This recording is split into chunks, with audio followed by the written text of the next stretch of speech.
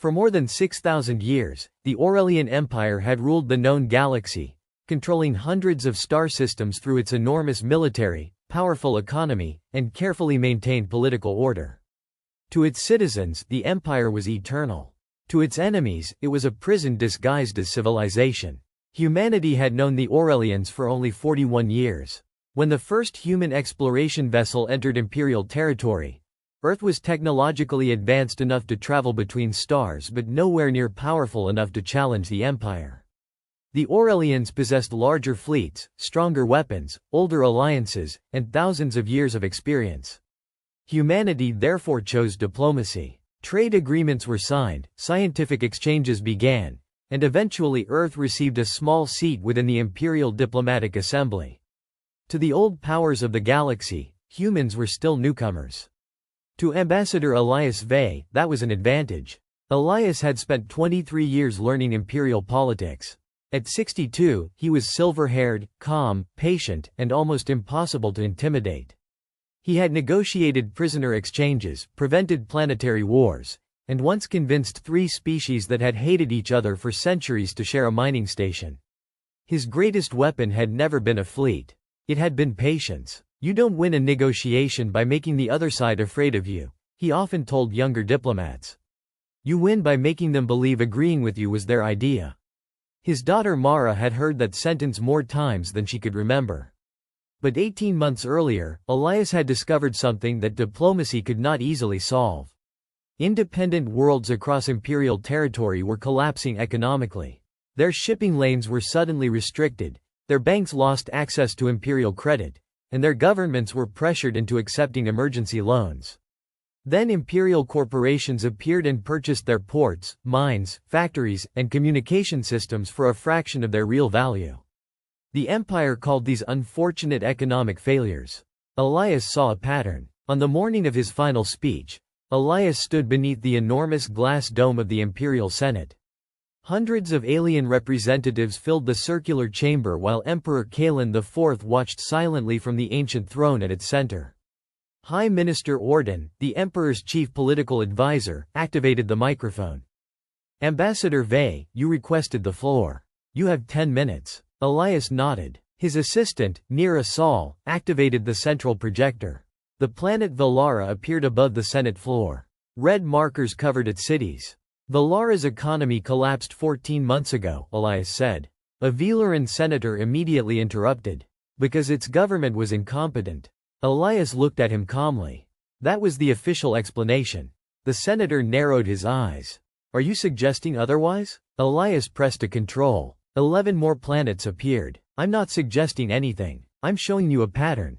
The chamber grew quiet. Elias continued. Every one of these worlds suffered a similar economic collapse. Everyone lost access to imperial shipping lanes shortly before the collapse. Everyone experienced restrictions on banking and trade.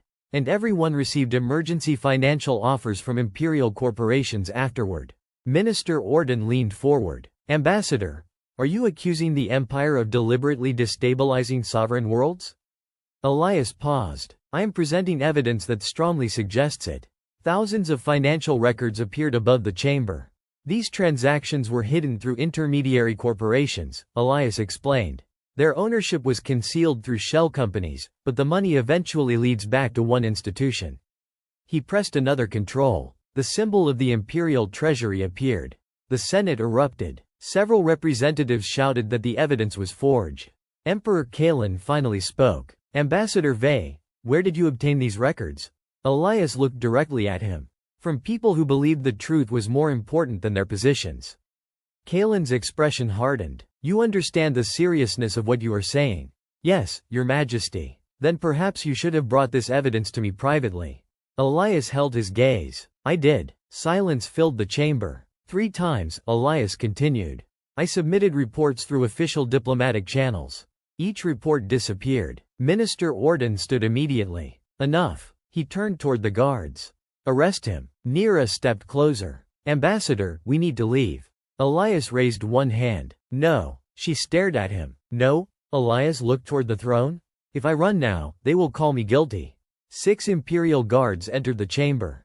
Their black and gold armor reflected the artificial starlight above them. One guard read the charges.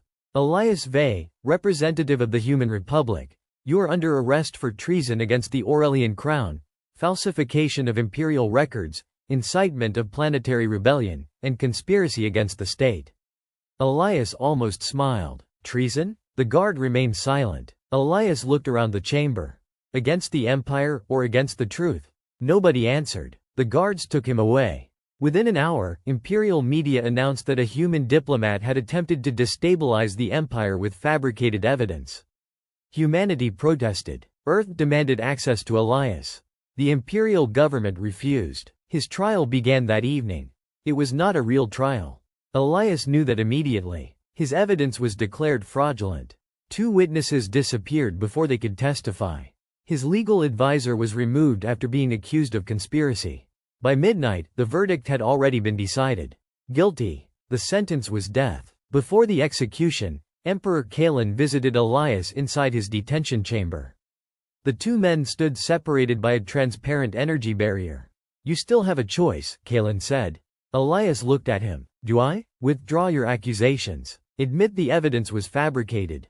Humanity keeps its diplomatic privileges.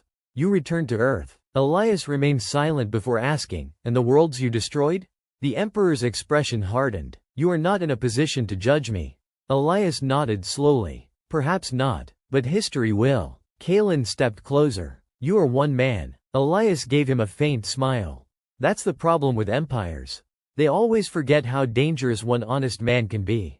The Emperor turned and walked away. The next morning, Elias Vey was executed in the central square of the imperial capital. Thousands watched from the streets while millions more were forced to watch the official broadcast. The Empire announced that the human diplomat had been executed for treason and that the matter was closed. But before his execution, Elias had been given access to a final communication terminal. He used it to record a message for Mara. Mara Vey was 34 years old and worked in Earth's Diplomatic Intelligence Directorate. Unlike her father, she had never trusted diplomacy completely.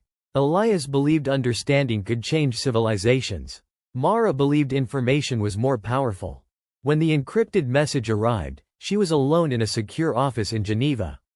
She activated the recording. Her father's face appeared on the screen. He looked tired, but not frightened. Mara, he said, if you're watching this, something went wrong. She stared at him without speaking.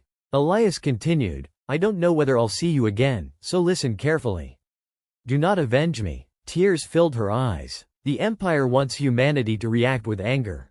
If we attack now, they will call us aggressors. Their worlds will unite against us, and everything I worked for will disappear. He paused. I sent copies of my evidence to 27 governments.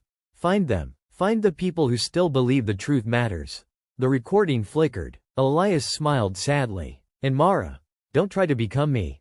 Be better. The screen went black. Mara remained motionless. Outside her window, Geneva continued its ordinary morning. Then an emergency notification appeared. Human assembly called into session. Military response to imperial execution under consideration. Mara opened the files her father had mentioned. One by one, 27 governments appeared. She opened the first report, then the second, then the third. Her expression slowly changed. This was not one scandal.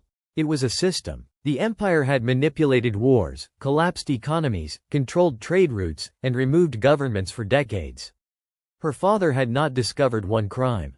He had discovered the foundation upon which the Empire itself stood. Mara looked toward the stars.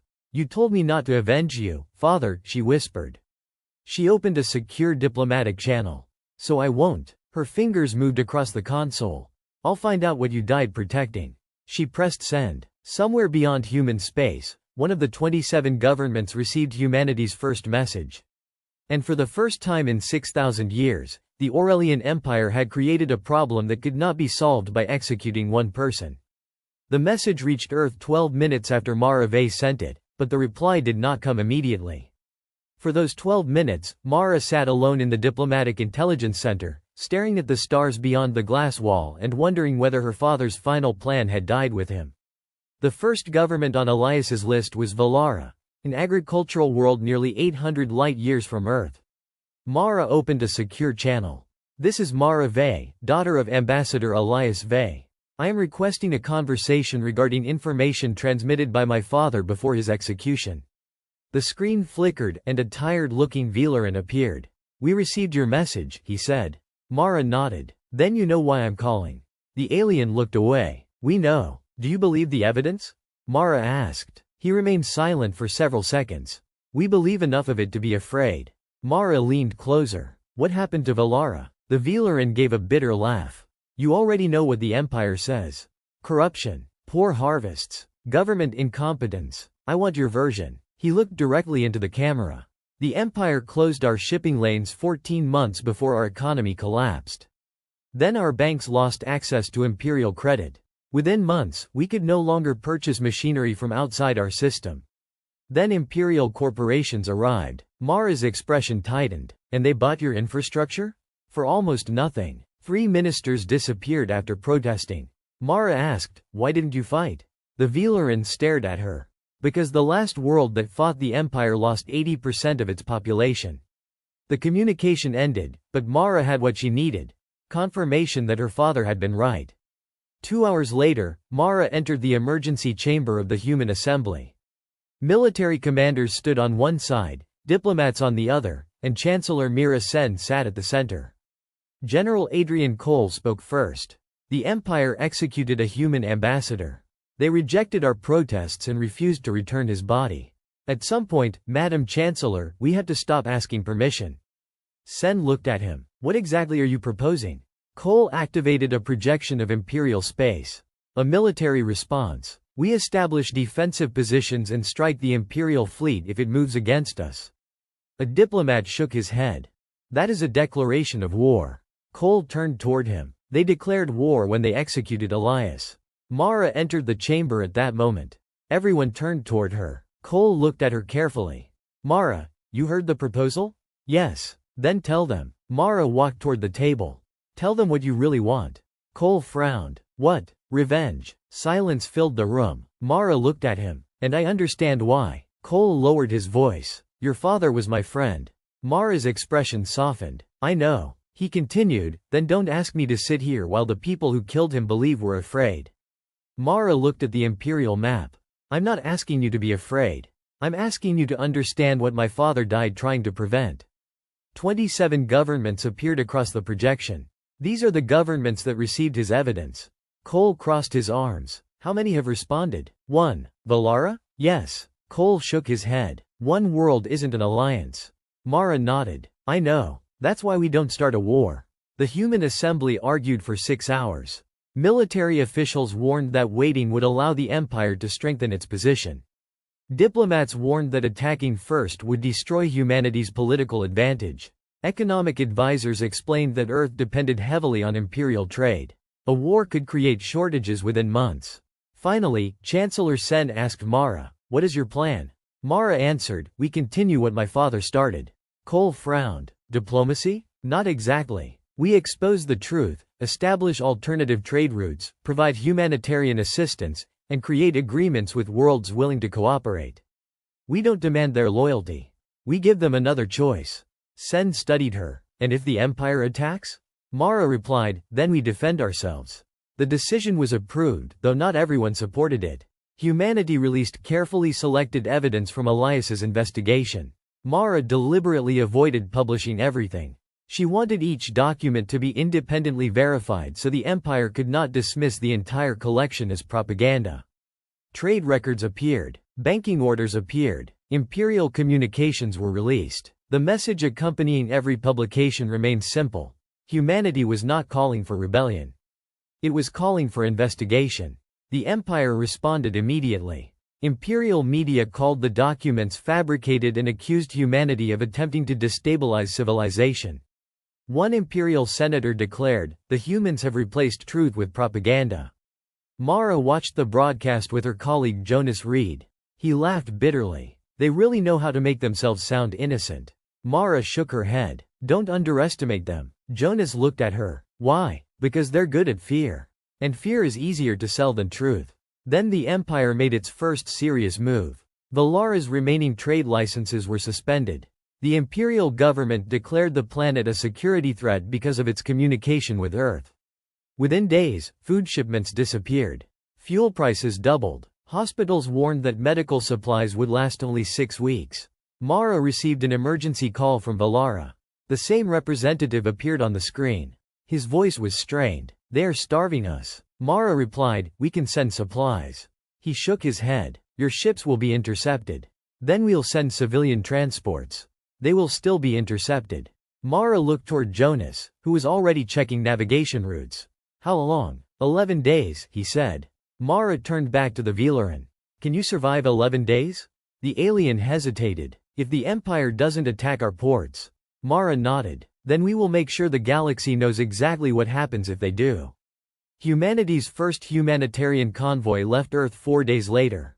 It contained medical ships, agricultural transports, engineering vessels, and 2 lightly armed escort frigates. The convoy was not large enough to challenge an Imperial fleet. That was never its purpose. It carried enough food and medicine to keep Valara functioning for months. The Empire watched closely but did not attack. Instead, it issued a warning. Any vessel entering Velaran territory without Imperial authorization will be considered an act of aggression. Mara answered publicly, "Humanitarian assistance is not aggression." The Imperial spokesman replied, "You are interfering in Imperial internal affairs." Mara looked directly into the camera. "Then perhaps you should stop starving people inside your own borders."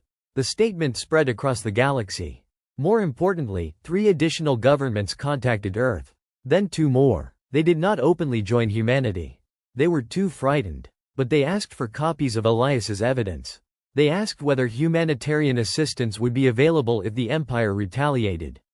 They asked what humanity wanted in return. Mara gave every government the same answer. Nothing. Not territory. Not resources. Not political control. If your people want independence, that decision belongs to you.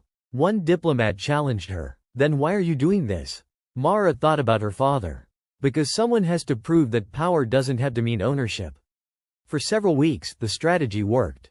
Then Mara received an encrypted message from an unknown source. The sender claimed to be an Imperial military officer.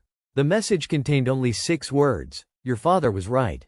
They know." Mara read it twice. Jonas stepped closer. "Who sent it?" "We don't know." "Can we trace it?" "No." Jonas looked at the message. "What does it mean?" Mara stared at the Imperial map. "It means the Empire has realized this isn't about Elias anymore." She closed the message. "It's about everyone who comes after him."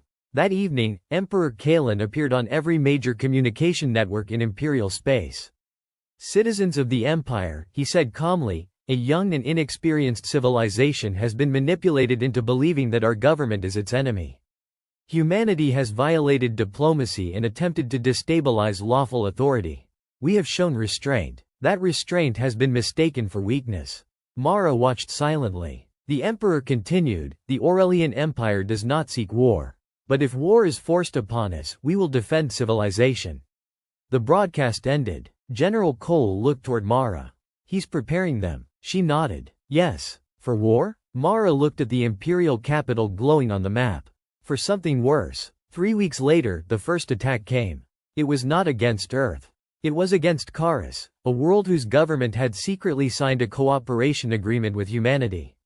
Imperial forces surrounded the planetary government district. The official accusation was corruption, but everyone knew the truth. Karis had chosen to cooperate with Earth. Mara received an emergency transmission. "They're asking for help," Jonas said. "What kind?" Mara asked. "They want ships." General Cole immediately shook his head. "We can't." Mara looked at him. "How many Imperial ships?" 8 destroyers and 2 cruisers. "How many human ships can reach them?" 6. "Can we win?" Cole answered honestly. "Maybe. But if reinforcements arrive, we lose." Chancellor Sen looked at Mara. "Then what do we do?" Mara studied the map before answering. "We don't send the fleet." Cole looked relieved. Then she continued, "We send the evidence." Humanity released documents proving that the Karis governor's arrest had been planned weeks before the alleged corruption occurred. Governments across the Accord condemned the action. The Empire had expected humanity to respond with weapons. Instead, Mara had turned one arrest into a political crisis. Karis remained under Imperial occupation, and Mara refused to pretend otherwise. General Cole confronted her privately. "You understand what people are saying?" Mara looked at him. Yes, they're saying you let Karis fall. Mara's voice was quiet. Karis was already surrounded before we received the message.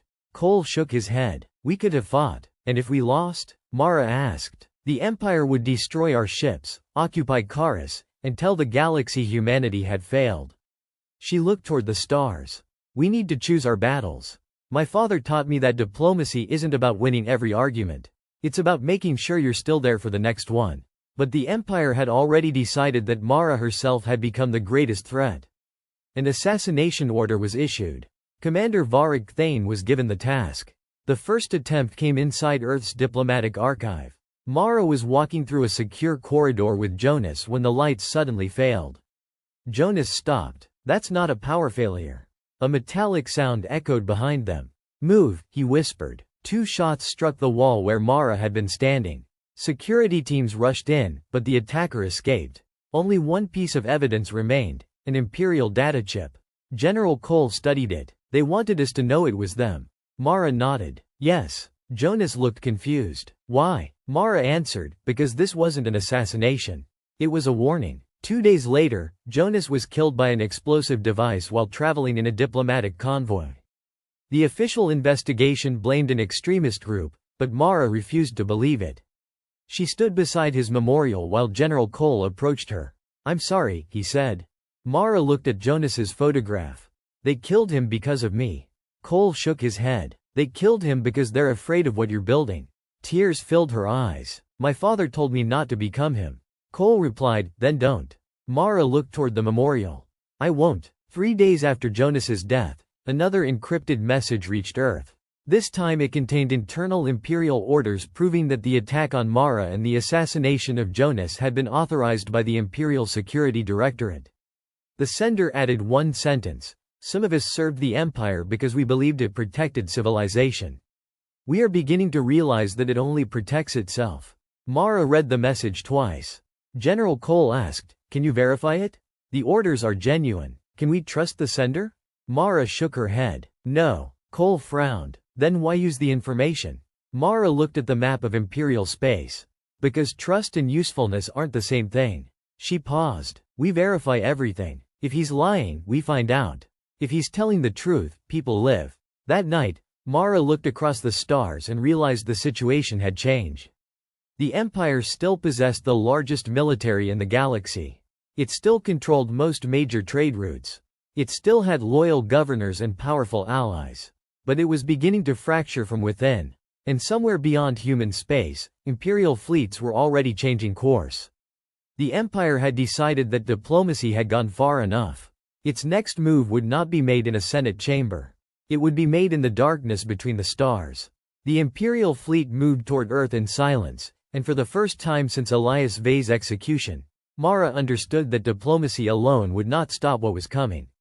3 days after the fleet changed course, General Adrian Cole entered the command center with a tactical report. 116 confirmed warships, he said. Mara studied the projection. Destination? Earth. Chancellor Mira Sen looked at him. How long? 8 days. The room fell silent. Earth had defensive platforms, orbital weapons, military fleets, and hardened shelters, but humanity had never fought a war against a power as large as the Aurelian Empire. Cole continued, we can call every human ship back. Mara shook her head. No. Cole stared at her. No? Mara pointed toward the map. Look at what they're doing. They're sending their strongest fleet toward Earth because they believe Earth is our center of gravity. Cole replied, it is. Mara turned toward him. Then we need to make them wrong. She brought up another map showing the hundreds of systems under Imperial control. Every ship they send here is a ship they remove from somewhere else. The Empire is enormous, General. That is its strength, but it is also its weakness. Cole studied the display. You want to attack their logistics. Not attack, Mara said.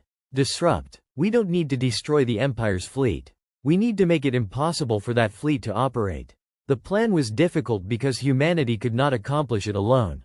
Mara contacted the governments that had quietly supported the Free Worlds Accord. She asked them to share shipping data, military movements, fuel routes, banking information, and communication schedules. Some governments hesitated. Others agreed immediately. Nobody wanted to declare war on the Empire, but many were willing to stop helping it. That distinction became the foundation of Mara's strategy. Imperial fleets depended on thousands of stations for fuel, repairs, food, ammunition, navigation, and communication. If those stations refused service, the Imperial military would slowly become trapped inside its own territory. The first test came at a neutral refueling station near the Carisian border. An Imperial carrier group arrived and demanded immediate access. The station administrator refused. The Imperial commander threatened military action. "You are an Imperial facility," he said. The administrator answered, "We are an independent station. You will obey Imperial authority." "No." The commander stared at him. "Do you understand what you're saying?" The administrator looked at the Imperial fleet outside his station. "Perfectly. You can destroy our station if you wish, Commander, but then you will still need somewhere to refuel." The Imperial ships eventually left. The incident seemed small, but similar refusals followed across Imperial space. 7 stations denied Imperial vessels. Then 12. Then dozens. Some governments acted because they supported humanity. Others feared what would happen if the empire collapsed. A few simply saw an opportunity to regain independence. Their reasons did not matter. The result did. Imperial logistics began slowing. Emperor Kalen responded with arrests. Governors who refused military access were removed. Trade officials were accused of sabotage. Several senators disappeared. But the arrests created another problem. Imperial officers now had to decide whether they were willing to use force against their own populations. On the planet Aurelia Prime, a senior commander named General Sarek received an order to suppress a civilian demonstration. His aide looked at him. "Sir, the order is from the Emperor." Sarek read it twice. "I know. What are your instructions?" Sarek folded the document. "None." The aide looked confused. "Sir?" Sarek looked toward the city below. "We are not firing on civilians." "But the Emperor authorized it." Sarek's voice became cold. "Then perhaps the Emperor has forgotten who the military is supposed to protect." The refusal was not immediately reported. Within days, however, similar incidents appeared across the Empire. Mara received another encrypted transmission from Commander Varric Thane, the Imperial officer who had previously sent information about the fleet. The message contained exact Imperial movements. Cole read the information and frowned. "He's giving us everything." Mara shook her head. "No, he's giving us something. You still don't trust him?" "I don't trust anyone who works inside that system." Cole pointed toward the data. "Then why use it?" Mara answered, "Because information doesn't become false simply because the person giving it has a complicated motive." They verified the information through 3 independent sources. It was accurate. The Imperial fleet was moving faster than expected, and several ships were carrying weapons capable of striking Earth's orbital defenses from extreme range. Mara immediately ordered defensive preparations. "No civilian ships are to remain in the outer zone," she said. "Begin evacuation." Cole nodded. "And our fleet?" Mara looked at the map. "Half stays here. The rest continues protecting the Accord." Cole stared at her. "You're willing to leave Earth with half its fleet?" Mara replied, "If we bring everything home, the Empire wins everywhere else." Cole sighed. "You're asking Earth to take a risk." "Yes, a very large one." Mara nodded. "Freedom has always been expensive." On the 6th day, the Imperial fleet entered the outer defense zone. Earth prepared for battle, but Mara transmitted one final message before the first shot was fired. She did not address Emperor Kalen. She addressed the Imperial soldiers. "You have been told that humanity wants to destroy your civilization. That is not true. You have been told that the Free Worlds Accord exists to overthrow your governments. That is not true either. Look at what is happening around you.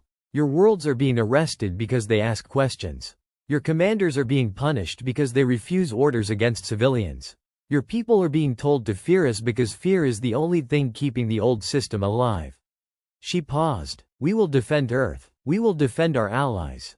But we do not need to destroy you to defeat the system that brought us here. You have a choice." The message ended. Commander Thane heard it aboard the Imperial flagship Vengeance. His bridge remained silent. His second-in-command finally spoke. "She sounds like her father." Thane looked at him. "You knew Elias?" "Only by reputation." Thane looked through the forward viewport at Earth glowing in the distance. "He was right about one thing." "What?" "The Empire is afraid of honest people." A communications officer suddenly interrupted. Commander, 3 destroyers have stopped responding to Central Command. Thane turned. What are they doing? Unknown. Another report arrived. Then another. 4 more Imperial ships had altered course. They were no longer moving toward Earth. Thane understood immediately. The fleet was beginning to fracture. Emperor Kalen ordered the defecting ships destroyed. Several commanders refused. One Imperial captain transmitted directly to the fleet. We will not fire on our own people. Another replied, neither will we. Within an hour, 12 ships had withdrawn from the main formation. The Emperor demanded immediate obedience. His orders were ignored by more commanders. General Cole watched the tactical screen as the Imperial formation broke apart. They're turning on each other. Mara shook her head. Not yet. Cole looked at her. What do you mean? They're deciding whether they still belong to the Empire. Then the first Imperial ship fired on another Imperial ship. The battle lasted less than 20 minutes. It was not a large battle, but its political impact was enormous. For 6,000 years, the Aurelian military had been considered the most disciplined force in the galaxy. Now Imperial ships were refusing Imperial orders and fighting one another. Human forces did not chase every vessel. Mara ordered them to protect Earth's defenses and disable hostile ships whenever possible. We don't destroy surrendering ships, she said. We don't execute prisoners. We don't attack civilian vessels. Cole looked at her. You're trying to show the galaxy how different we are. Mara answered, I'm trying to make sure we actually are different. By the end of the day, more than 30 Imperial vessels had withdrawn, surrendered, or declared neutrality. The remaining fleet retreated from Earth. The battle was a human defensive victory, but Mara refused to celebrate. Cole approached her as the final Imperial ships disappeared from the tactical display. They've left. Mara looked toward the Imperial capital. Some of them. Cole smiled. Isn't that enough? No. Why? Mara pointed toward the center of the map. Because Kalen is still in power. The Emperor understood that the military failure had changed everything. He ordered emergency arrests across the capital. Senators were detained. Governors were replaced. Military commanders suspected of disloyalty were removed. But fear was no longer enough to hold the empire together. The Imperial Senate secretly reconvened without Kalen's permission. Representatives demanded that he surrender authority. The Emperor refused. I am the Empire, he told them. The senior senator answered, No, Your Majesty. You are its ruler. There is a difference. Kalen ordered the Senate dissolved. The senators refused to leave. Thousands of civilians gathered outside the government district.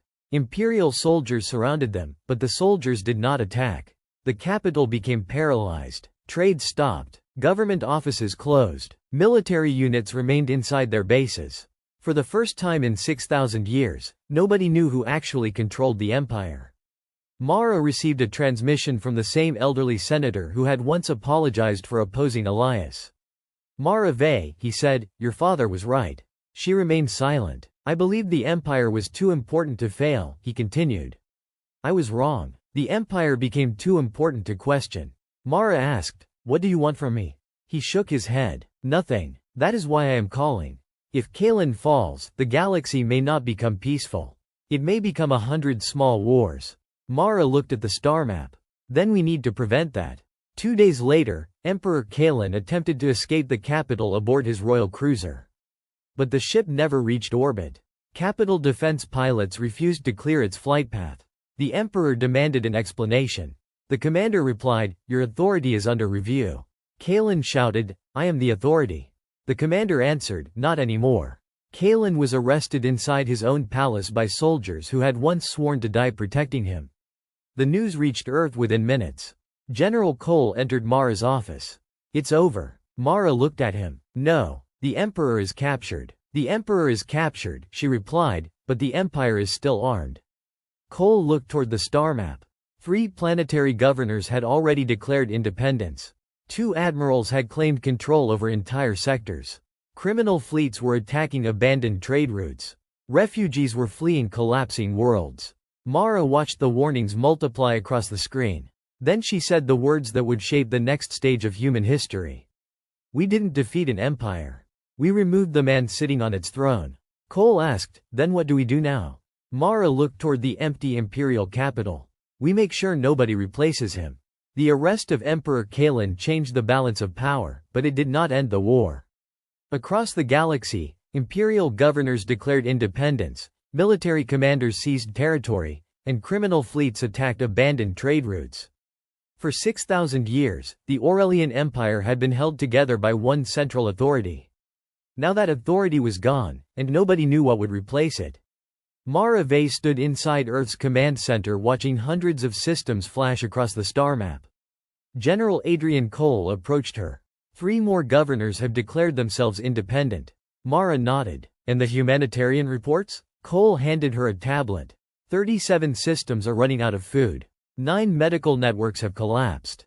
Refugees are moving toward every world they believe is safe. Mara looked at the map. Then our first priority is not territory. Cole raised an eyebrow. What is it? People. The Human Assembly wanted a different answer. Several senators demanded that humanity occupy the former imperial capital. Others wanted human forces to seize major trade routes before another military faction could claim them. Chancellor Mira Sen asked Mara directly, if we don't control these territories, someone else will. Mara replied, then we help the local governments control themselves. A senator laughed. You expect 6,000 years of imperial subjects to suddenly build democracies?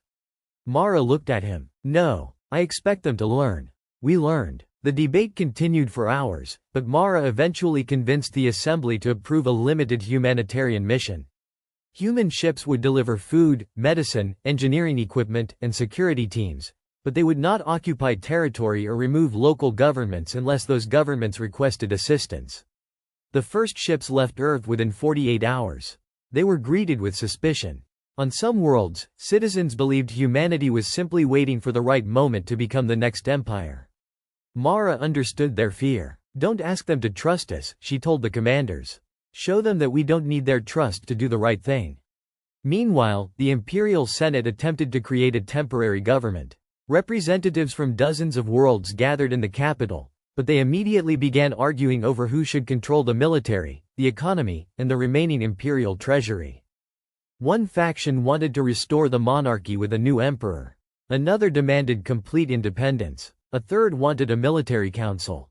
The elderly senator who had contacted Mara stood before them. We are making the same mistake again, he warned. We are searching for one institution powerful enough to solve every problem. A military representative replied, because weak governments cannot protect civilization. The senator looked toward the empty throne. Neither can tyrants. The debate nearly collapsed when Admiral Rethan, commander of 70 imperial warships, announced that he would restore order himself. Rethan had spent 40 years serving the empire. He believed Kalen had failed because he had been too cautious. Rethan believed the solution was simple: restore military control and appoint a new emperor who would obey the fleet. His ships began moving toward the capital. Mara received the report while inspecting humanitarian operations on Valara. General Cole told her, Rethan has enough ships to seize the capital. Mara looked at the map. Then we need to stop him. Cole nodded. We'll send the fleet. Mara shook her head. Not yet. Why? Because if we attack first, Rethan will tell the galaxy that humanity wants the throne. Cole frowned. He already says that. Then we need to prove him wrong. Mara ordered an open communication channel to Rethan. His face appeared on the screen. Ambassador Vey, he said coldly. I hear humanity has become very interested in imperial politics. Mara replied, I'm interested in keeping people alive. Rethan laughed. Your father said similar things. Mara's expression hardened. You knew my father? Everyone in the imperial military knew Elias Vey. Some respected him. Some hated him. I was one of those who thought he was dangerous. Why? Rethan looked directly at her. Because he understood that empires survive through belief, not weapons. He was trying to destroy our belief. Mara answered, no. He was trying to make people question it. Rethan leaned closer. And now you intend to finish his work. Mara said, no. I intend to prevent you from rebuilding what killed him. Rethan's expression became cold. Then we have nothing more to discuss. The communication ended. General Cole looked at Mara. He's going to attack. Probably. Then why didn't we strike first? Mara looked at the fleet projection. Because we need his officers to make a choice. Mara transmitted another message, this time not to Rethan but to his fleet. You have been told that restoring the empire is the only way to protect civilization. But ask yourself what you are actually being ordered to protect. The throne is empty. The emperor is imprisoned. The Senate is rebuilding. Your people are starving. If you attack the capital now, you will not restore order. You will begin another civil war. Rethan ordered his communications officers to block the transmission. But several captains had already received it. One captain contacted Rethan. "Admiral, we should negotiate." Rethan shouted, "There is nothing to negotiate." Another captain replied, "There is always something to negotiate when millions of civilians are at risk." Rethan ordered him to remain silent. The captain disconnected. Then another ship did the same. Rethan's fleet had begun to fracture. Mara watched carefully. "Don't attack," she told Cole. "Wait." Cole looked at her as though she had lost her mind. "They're heading toward the capital." "I know. We could stop them now. If we attack, they unite." Cole understood. "You're waiting for them to divide themselves." Mara nodded. "Exactly." The first Imperial ships reached the capital 2 days later. Rethan ordered the Senate to surrender. The Senate refused. He ordered his ships to prepare for an assault. Then one of his captains transmitted a message.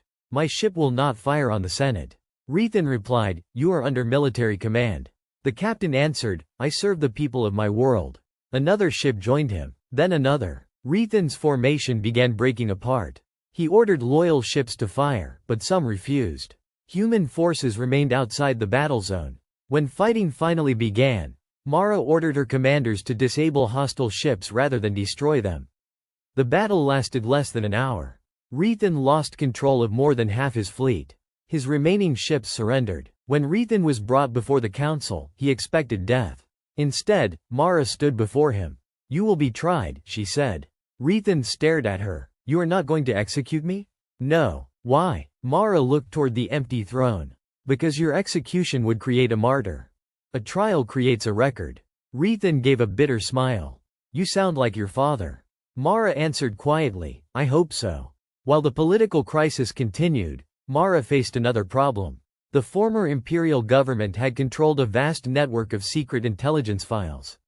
Those files contained evidence of political assassinations, manipulated wars, illegal prison systems, economic sabotage, and secret agreements with corporations.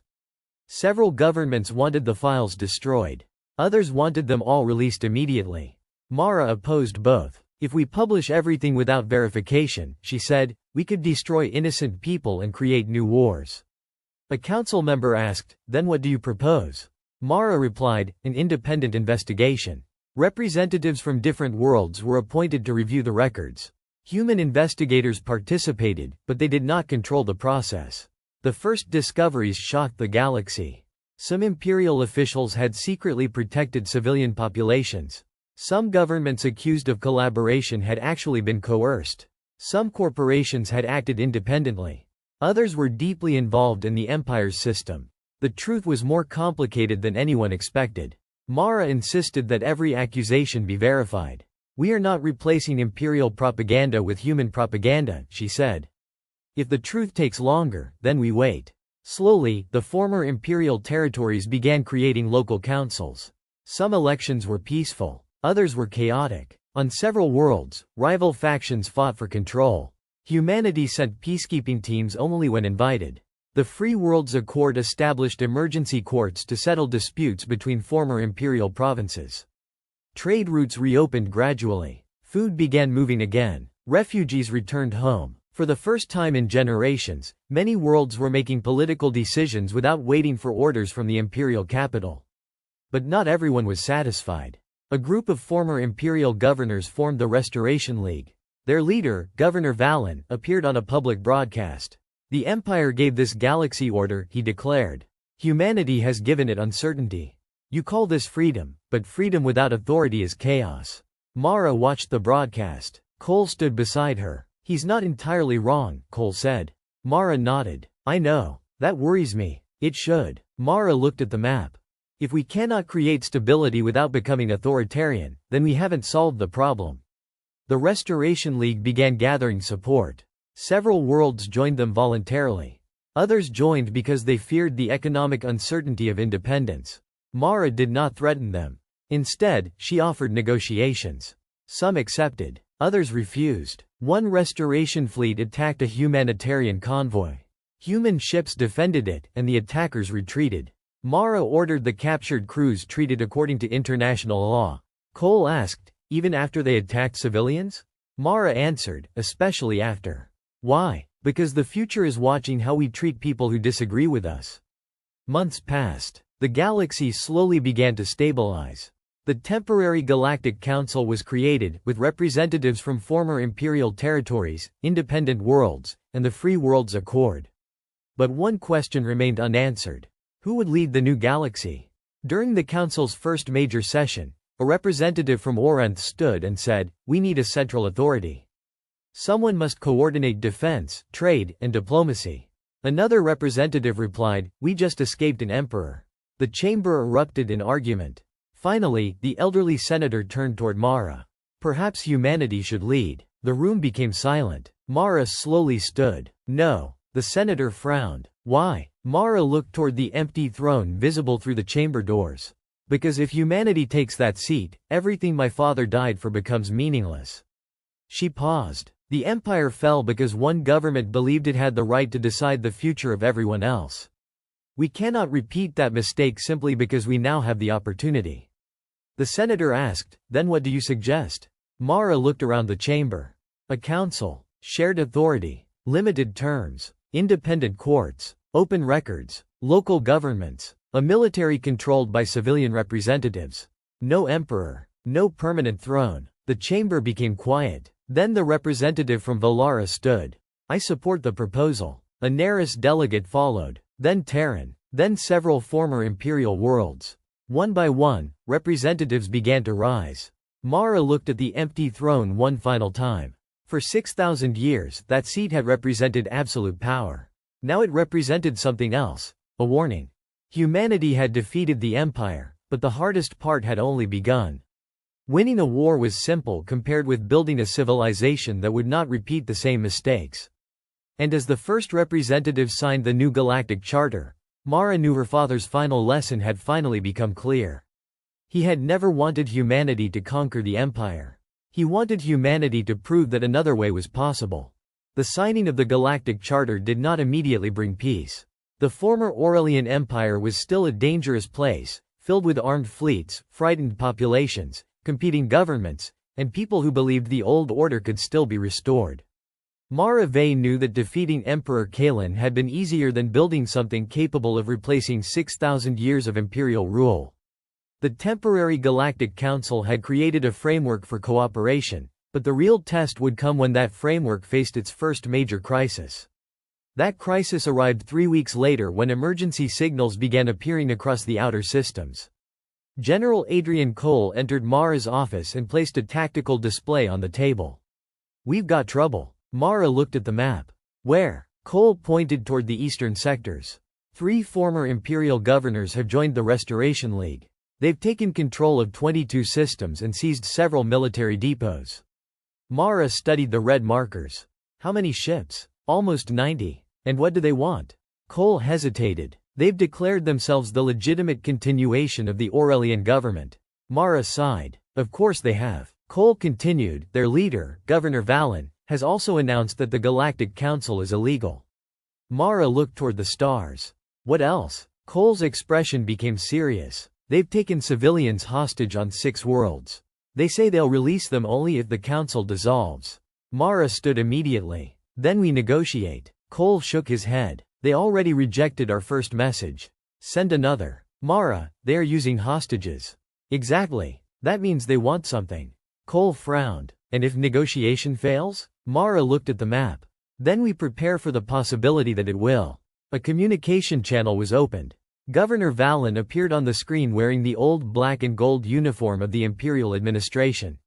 Behind him stood several military officers. "Mara Vey," he said. "The daughter of the traitor."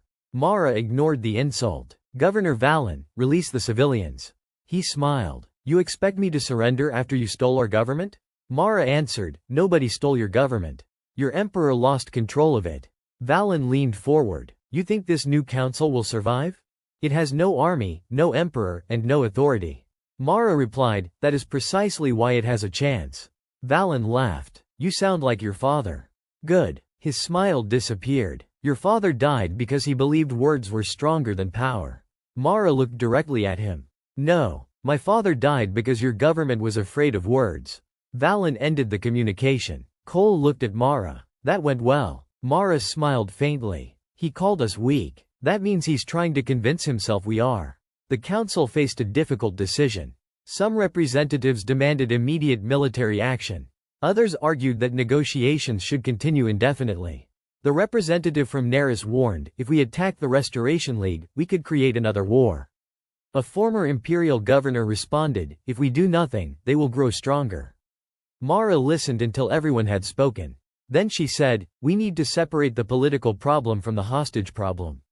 The council became quiet. The hostages must come first, she continued. We need proof of life, evacuation routes, and independent observers. At the same time, we offer Valen a political path that does not require surrendering his people. One representative objected, why should we give him anything after he threatened civilians? Mara answered, we are not giving him power. We are giving his followers a reason to abandon him. That became the strategy. The council publicly offered amnesty to Restoration League soldiers who surrendered without harming civilians. Officers accused of war crimes would still face trial, but ordinary soldiers would not be treated as enemies simply because they had served the old government. The message spread through the occupied systems. At first, nothing happened. Then one military unit surrendered. 2 days later, another followed. Valen responded by ordering arrests within his own ranks. The more afraid he became, the more his movement began to fracture. Meanwhile, human intelligence discovered something unexpected. The Restoration League was receiving supplies from a group of imperial corporations that had survived the collapse. These corporations were not loyal to Valen. They were using him to protect their remaining assets. Mara studied the financial records. They don't want the Empire back, she said. Cole looked confused. Then what do they want? A government weak enough to control. The investigation revealed that several corporations had secretly purchased weapons, fuel, and communication equipment for the Restoration League. Their goal was to create instability, then negotiate favorable contracts with whichever government emerged. Mara immediately ordered the evidence released to the Galactic Council's independent investigators. The corporations denied everything, but the financial trail was too strong. Several governments froze their assets. Others opened criminal investigations. Without corporate support, Valen's movement began running out of fuel and ammunition. Yet Mara refused to celebrate. A cornered military faction is dangerous, she warned. Especially one that believes it has nothing left to lose. Her prediction came true. Valen ordered the destruction of a major civilian spaceport on the planet Orenth. His commanders refused. Valen threatened them with execution. The senior commander finally replied, we joined you to restore order. We will not murder civilians. Valen fired him on the spot. But the damage was already done.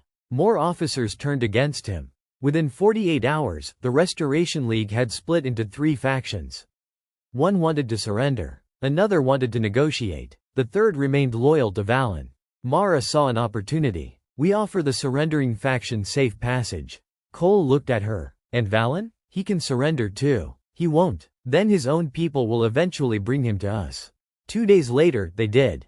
Valen was arrested by his own officers and transferred to the Galactic Council. When he stood before Mara, he looked exhausted. You won, he said.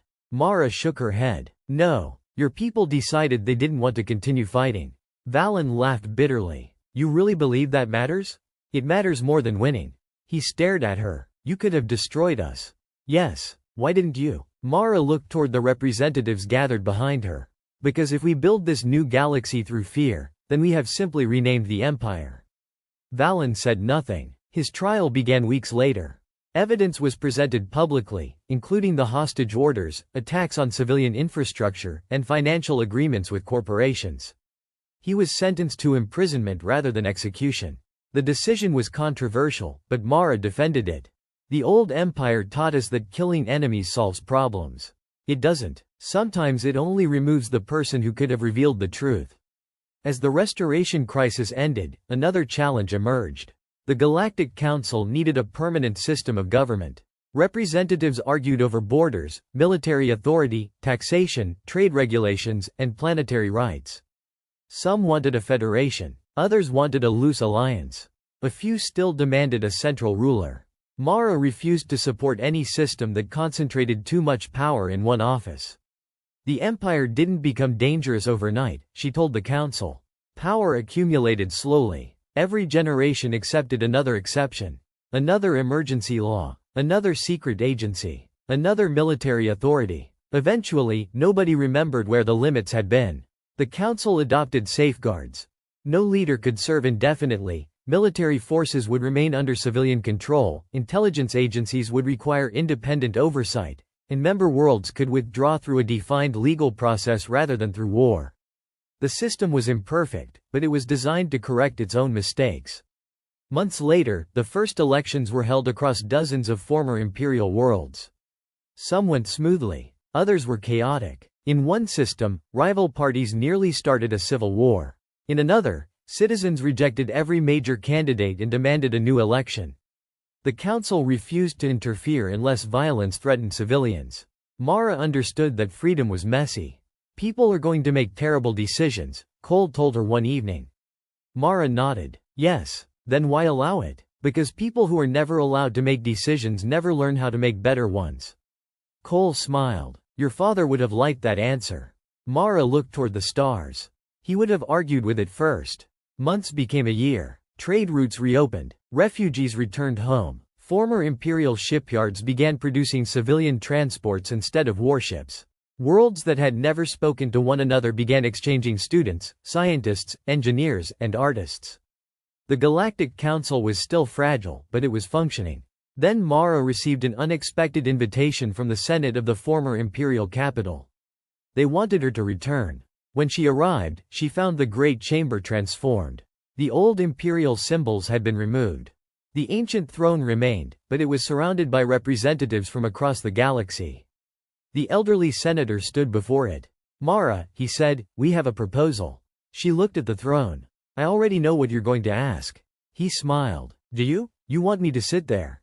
The chamber became silent. The senator nodded. The galaxy trusts you. Mara walked toward the throne but did not sit. Trust is not a reason to create another throne.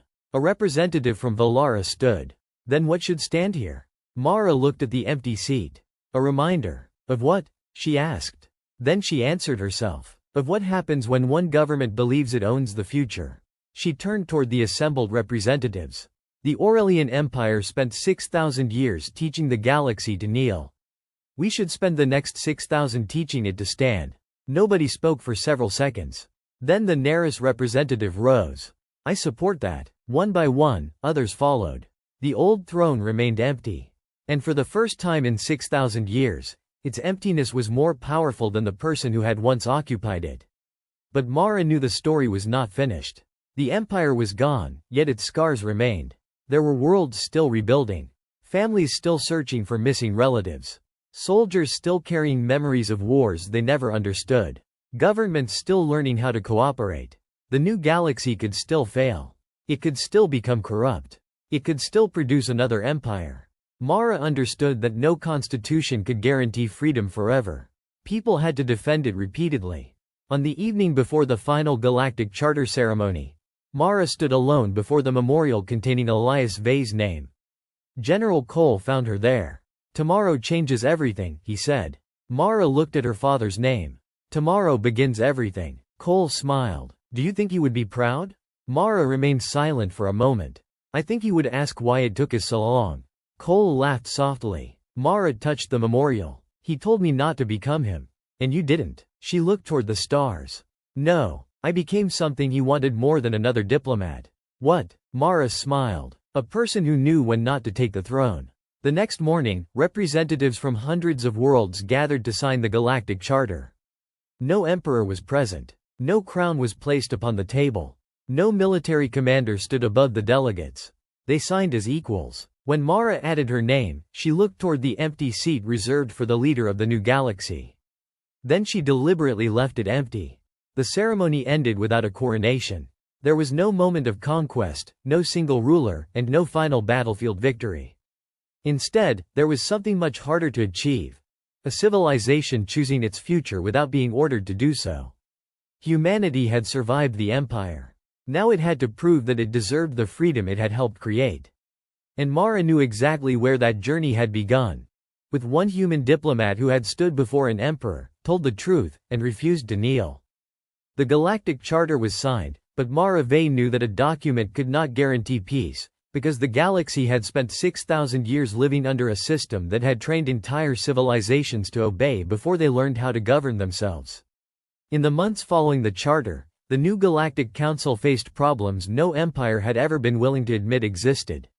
Food distribution remained uneven, former Imperial soldiers struggled to return to civilian life, border disputes threatened to become wars, and thousands of families were still searching for relatives who had disappeared into Imperial prisons.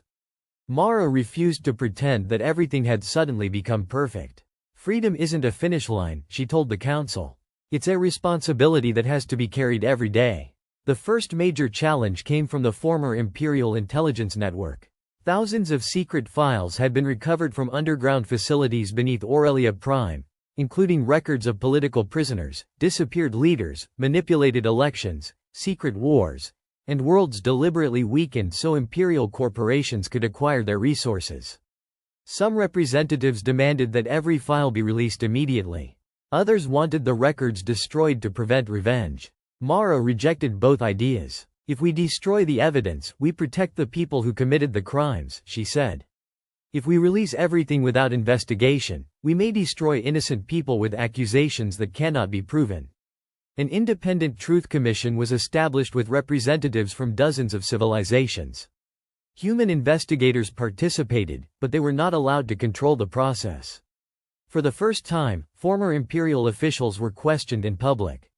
Some confessed. Some denied everything. Some revealed that they had secretly protected civilians from imperial orders. Others were exposed as architects of terrible crimes.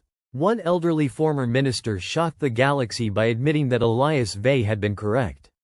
We knew the economic collapses were engineered, he said during a public hearing. We knew worlds were being weakened deliberately. But every time someone objected, we were told the same thing: stability requires sacrifice. A delegate asked him, "And what did you sacrifice?" The minister lowered his head. "Eventually, our conscience." His testimony became one of the most watched broadcasts in galactic history. It did not erase the crimes, but it helped people understand how the Empire had survived for so long. It had not been maintained by evil individuals alone. It had been maintained by ordinary people who had repeatedly convinced themselves that obeying was safer than resisting. Mara understood that lesson better than anyone. She had spent years believing her father was too idealistic. Now she realized that Elias had never believed people were naturally good. He had simply believed that systems should make it possible for good people to act without destroying themselves. The Council therefore created new safeguards. Military commanders could not receive secret orders without civilian authorization. Intelligence agencies required independent oversight. Emergency powers automatically expired unless renewed publicly. Member worlds could leave the Federation through legal procedures. No leader could remain in office indefinitely. Most importantly, no single world could control the military, economy, and intelligence systems at the same time. These rules were complicated, sometimes frustrating, and often slow. But Mara considered that a strength.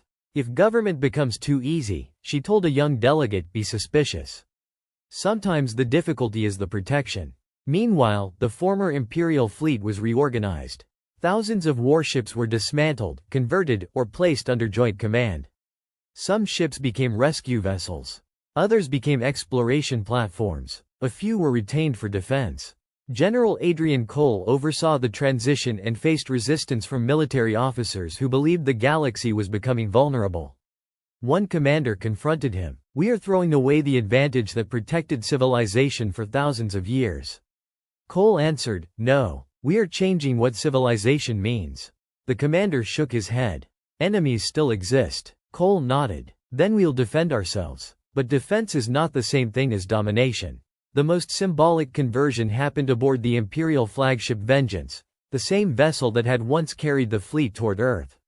Its weapons were removed, its black and gold armor stripped away, and its interior transformed into a long-range rescue and exploration vessel. When the ship entered service, Mara attended the ceremony. Commander Varric Thane stood beside her. He had surrendered his position during the collapse of the Empire and later testified before the Truth Commission. Mara asked him, Do you ever regret turning against Kalen? Thane looked at the newly rebuilt vessel. Every day. Mara frowned. You regret it? He shook his head. I regret that I waited so long. Mara said nothing. Thane continued, your father understood something I didn't. Loyalty to a government is not the same as loyalty to the people. Mara looked at the stars. He tried to teach me that too. Thane smiled faintly. Then perhaps his death was not wasted. Mara immediately answered, his death was not what made the difference. What people did afterward did. That distinction became important because some worlds began treating Elias as a symbol greater than the man himself. Statues were proposed. Schools were named after him. Some governments wanted to establish an annual holiday in his honor. Mara opposed the creation of a cult around her father. He wasn't a saint, she said. He was a diplomat who made mistakes, argued with people, trusted the wrong officials, and sometimes waited too long to act. If we turn him into a perfect hero, we lose the lesson. When asked what lesson she meant, she replied, courage isn't being fearless. It is choosing what matters more than your fear. 2 years after the execution, Mara returned to the imperial capital. The city looked completely different. The banners of Aurelia were gone. Markets were reopening. Former military buildings had become universities, hospitals, and public archives. The Great Imperial Senate had been transformed into the headquarters of the Galactic Council. Yet one thing had not changed. The ancient throne remained in the central chamber. Mara walked toward it alone. She remembered the first time she had seen the throne in her father's photographs. It had represented 6,000 years of power. Now it was empty. A young council representative entered behind her. They want to remove it, he said. Mara turned. Why? Because people still associate it with the Empire. Mara looked at the throne for a long moment. No. The representative seemed surprised. No? Mara shook her head. Leave it. Why? Mara answered, because future generations need to see what power looks like when nobody is sitting on it. The representative smiled. I'll tell them. Mara walked to the center of the chamber and put a plaque beneath it. What should it say? Mara looked at the empty throne. Power belongs to no one. The plaque was installed 3 months later. It became one of the most visited places in the capital.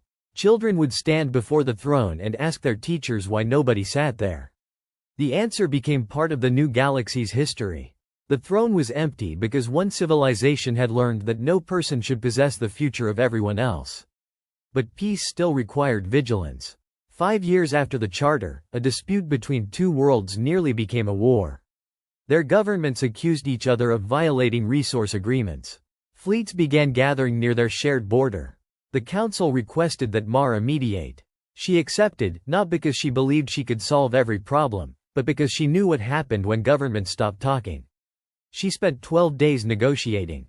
At one point, both governments threatened to withdraw from the Galactic Federation. Mara finally told them, you have spent 5 years building a system designed to prevent another empire. Don't destroy it because two leaders are too proud to compromise. One leader responded, what if compromise makes us look weak? Mara smiled. Then look weak for 12 days instead of burying your children for 12 generations. The leaders eventually signed an agreement. No war began. The incident became another lesson for the young Federation. Victory was not always defeating an enemy. Sometimes victory was preventing an enemy from being created. Years passed. Humanity became one of the most respected members of the Galactic Federation, but it never became its ruler. Earth remained powerful, yet human representatives continued to serve limited terms. The Federation grew slowly, adding worlds that had once belonged to the Empire and worlds that had never trusted it. Trade expanded. Scientific cooperation increased. Former enemies studied together. Children born after the fall of the Empire grew up without knowing what it felt like to live beneath an emperor. For them, the empty throne was history. For Mara, it was a promise. She eventually retired from active diplomacy.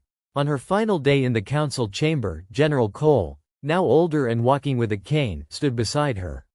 Do you think it worked? He asked. Mara looked around the chamber. Representatives were arguing over trade regulations. Someone was demanding more funding. Another delegate was complaining about military spending. Mara smiled. They're arguing. Cole laughed. That's your measure of success? Yes. She looked toward the chamber. The Empire never allowed people to argue freely. Cole nodded. Fair enough. Mara's final speech was brief. My father once told me that you don't win a negotiation by making the other side afraid of you. You win by making them believe agreeing with you was their idea. I spent years thinking he was talking about diplomacy. I finally understand that he was talking about civilization. A lasting civilization cannot be built through fear. It must be built through consent, law, accountability, and the willingness to admit when we are wrong. The Aurelian Empire believed it could survive forever because it believed its existence was more important than the people living inside it. It was wrong. No government is eternal. No leader is indispensable. No nation owns the future. The only thing that can survive generations is the principle that people have the right to choose what comes next. She stepped away from the podium. The chamber rose in applause. Mara did not bow. She simply looked toward the empty seat where an emperor had once ruled the galaxy. Then she walked out. Years later, historians would debate exactly when the Aurelian Empire truly fell. Some would say it happened when Elias Vey was executed.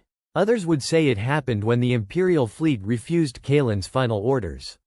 Some would argue that it ended when the Emperor was arrested, while others believed it disappeared only when the Galactic Charter was signed. Mara always disagreed. When a historian once asked her, "When did the Empire fall?"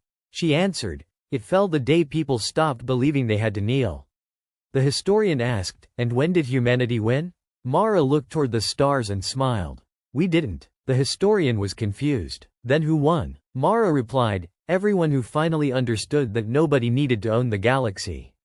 And that became the final lesson of Elias Vey's story. The Empire had executed a human diplomat because it believed killing one man would silence the truth. Instead, his death became the beginning of a movement that crossed hundreds of worlds. Humanity did not conquer the Empire with a superior fleet. It did not take the throne through bloodshed. It defeated the Empire by refusing to become another version of it. The greatest victory was not the destruction of Aurelian power. It was the decision to leave the throne empty.